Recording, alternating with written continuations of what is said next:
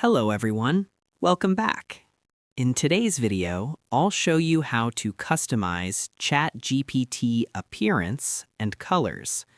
If you prefer dark mode or want to switch back to light mode, this quick guide will help you do it in just a few steps. First, go to your name at the left bottom.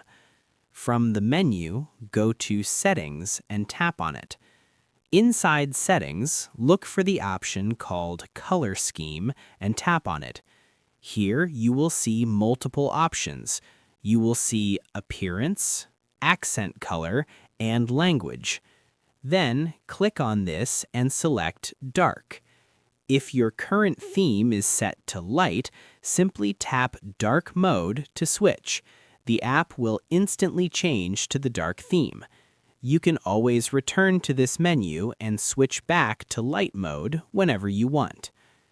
Chatgpt is an AI chatbot that uses natural language processing to create human-like conversations and provide helpful information on almost any topic.